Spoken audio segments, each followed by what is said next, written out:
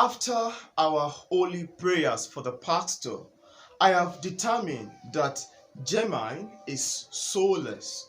Although his body is still viable, his spirit has left its container, and now there is a high probability that he is lost somewhere in the universe, not knowing if he's alive or dead. This experience for him is classified as an acute OBE, out of body experience. It could become deadly for him if his spirit doesn't return to the flesh before it begins to shut down. An excerpt from page 225 of The Alien Agenda by James McGill Jr.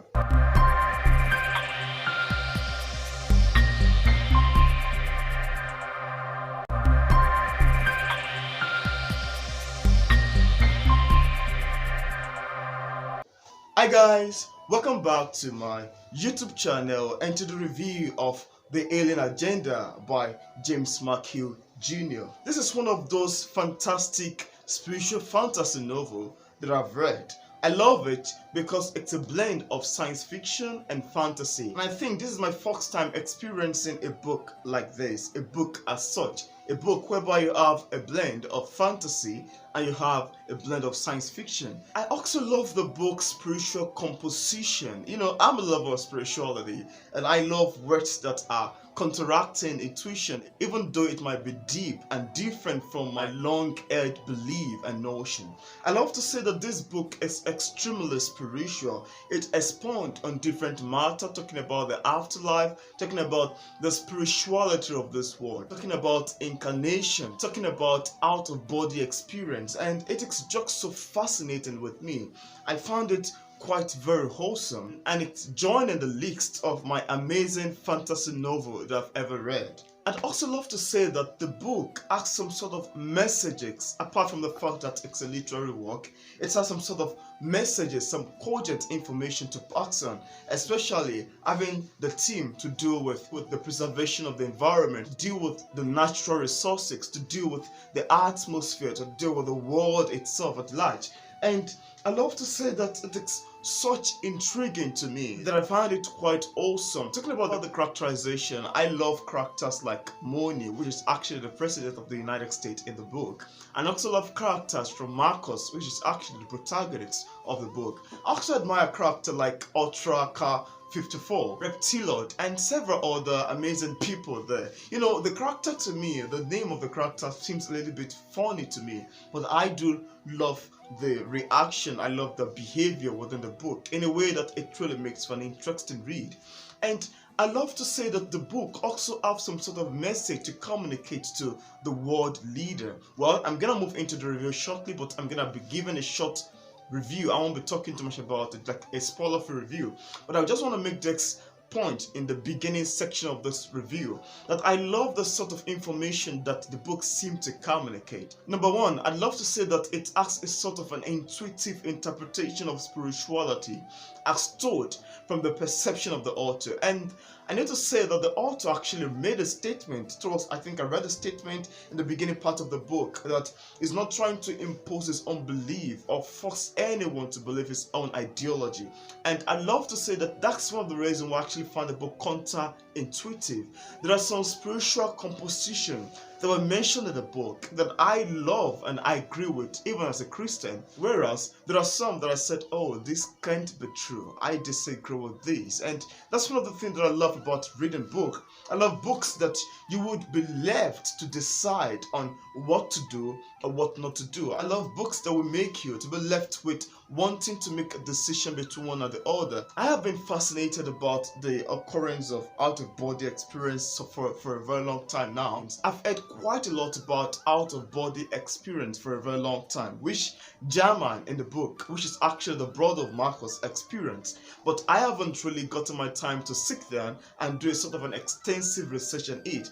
I don't know if what is called sleep paralysis can also be classified as an OBE, that's out-of-body experience. So all of this theme, coupled with other themes that I would restrict from revealing in this review. It's what I look forward to compiling together and inviting James McGill Jr. to come and shed more light on this seemingly obscure deduction that I derived from the book. Okay, before I move into my review of this book, my review of this book is actually gonna be a spoiler free.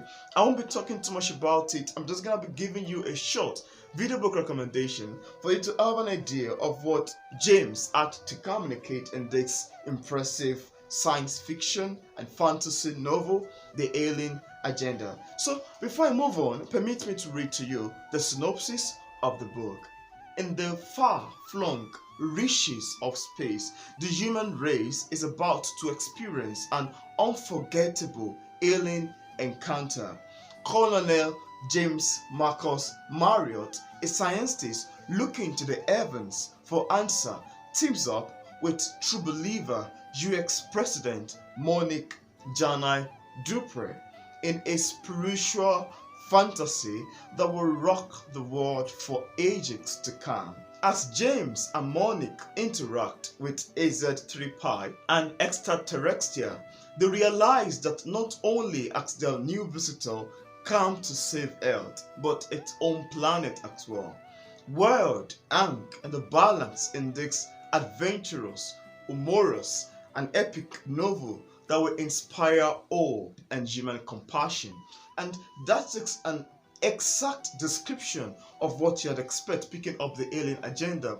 That's something I found quite exceptional about the book, because these guys had come together, and Monique, which is actually the US president, have seen the adeptness of a particular scientist, has seen the adeptness of a man who loves space travel, and she has, picked him in order to conduct an interview with someone who's gonna visit the earth from the heavens. And all of this is actually make a kind of a nice transition.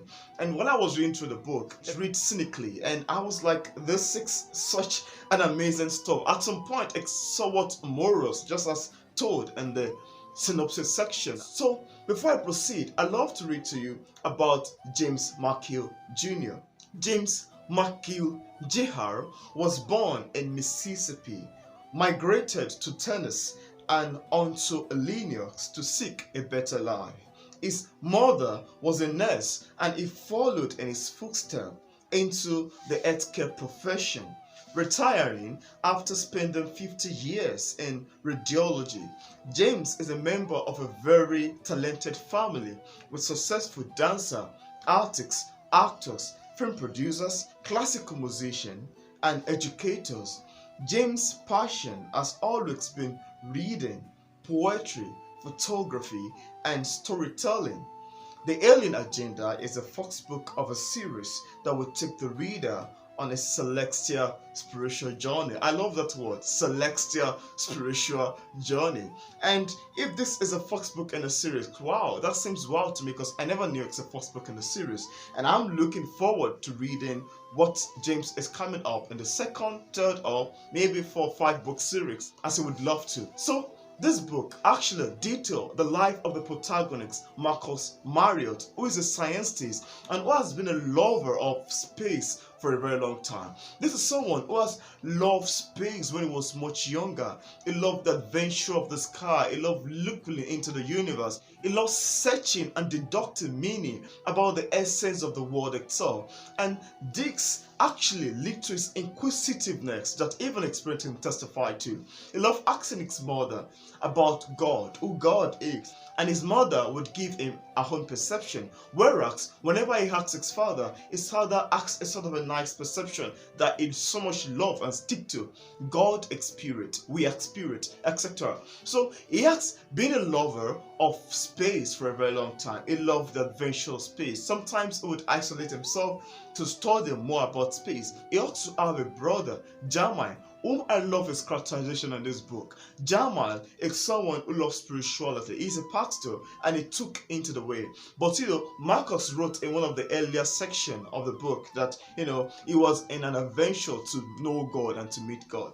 So all of this actually keep unfolding, and the life of Marcus take a kind of a dynamic and drastical changes to the point whereby he was being spotted out by the US president Monique. So Monique had seen that Marcus has an extensive knowledge about the universe. She has seen that he is well versed into the matter of space travel, etc. And she went ahead and selected him to conduct an interview with someone who will be visiting the world from another world. So I think that's where the idea of the old title comes from, as being the alien agenda.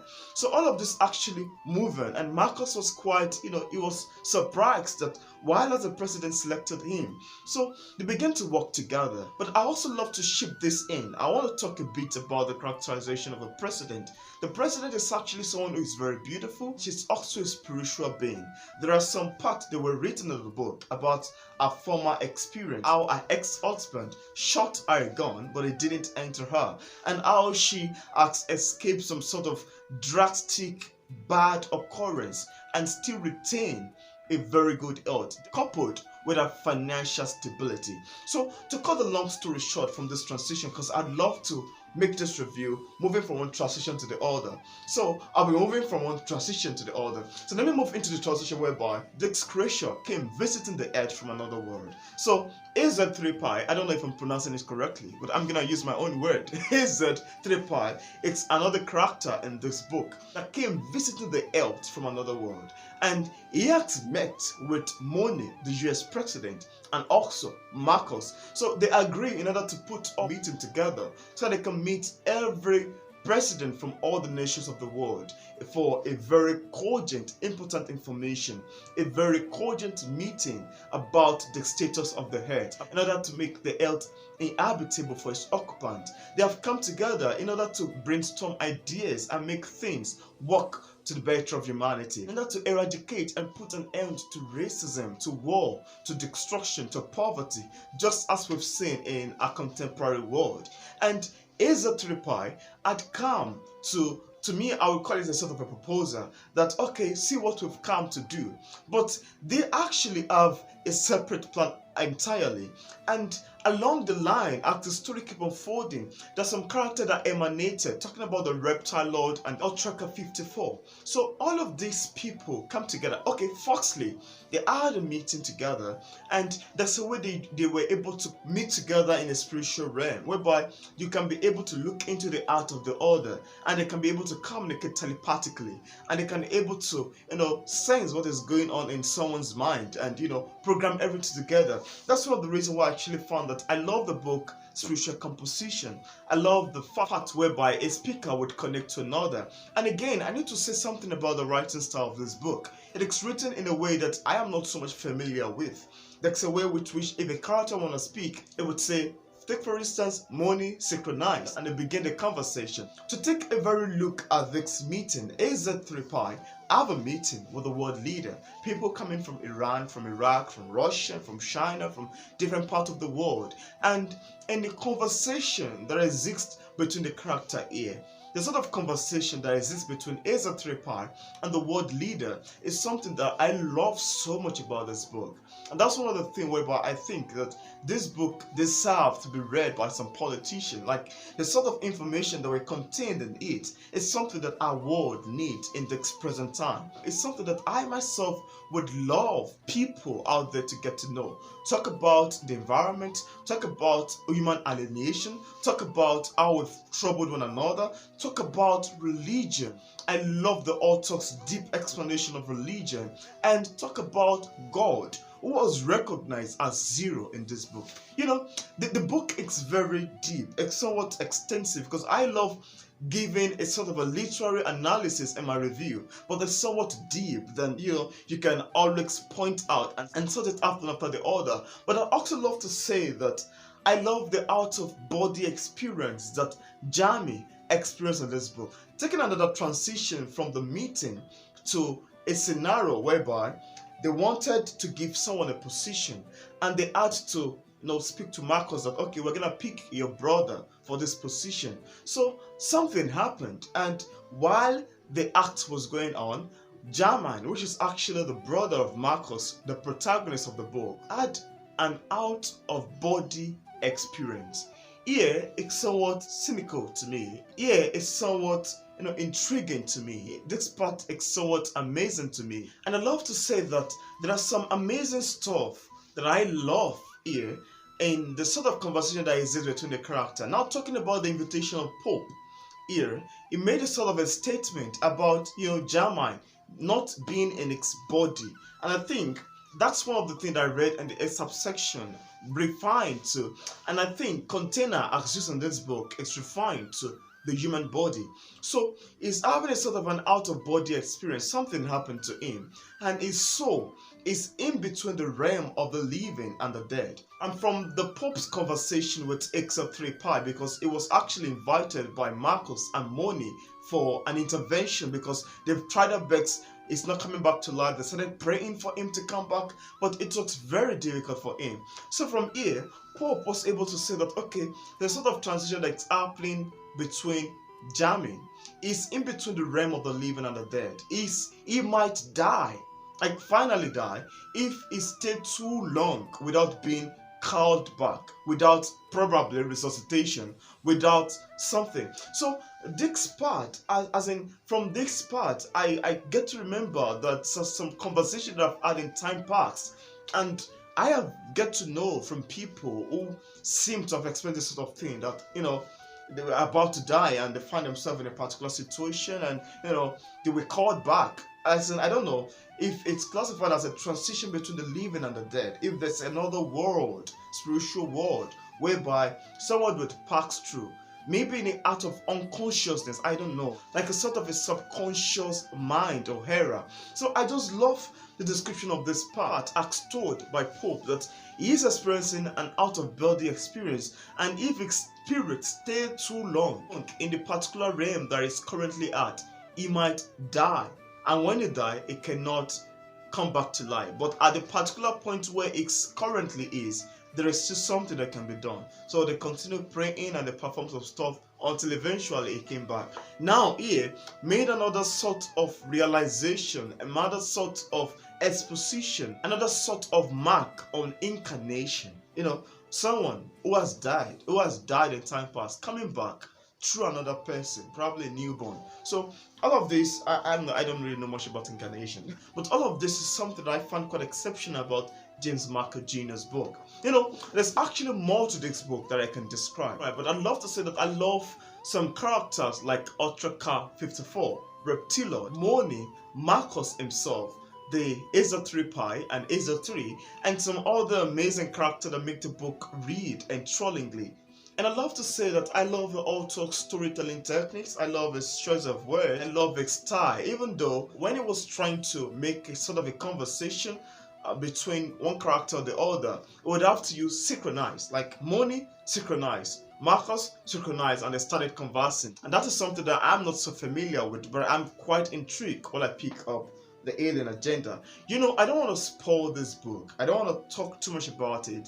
Like I said, I'm giving a spoiler-free review for you to have an idea of what James McGill Jr. has to communicate in the alien agenda. So if you'd like to get a copy of this book, I left a link in the description part of this video for you to get a copy directly on Amazon. And if you watch this video to this point and you're yet to click on the subscribe button, I want to urge you to please click on the subscribe button over there. Don't forget to turn on the notification bell so you can get notified anytime I release new videos. The Alien Agenda is a serious book that I'm looking forward to picking up and get to know what happened in the second series. And I'm gonna keep an eye on this author as he begins to develop his craft in the literary scene.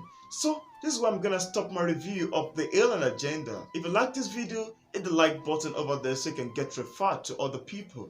Thank you very much for watching my short video book review of the Alien Agenda. See you in my next video. Goodbye.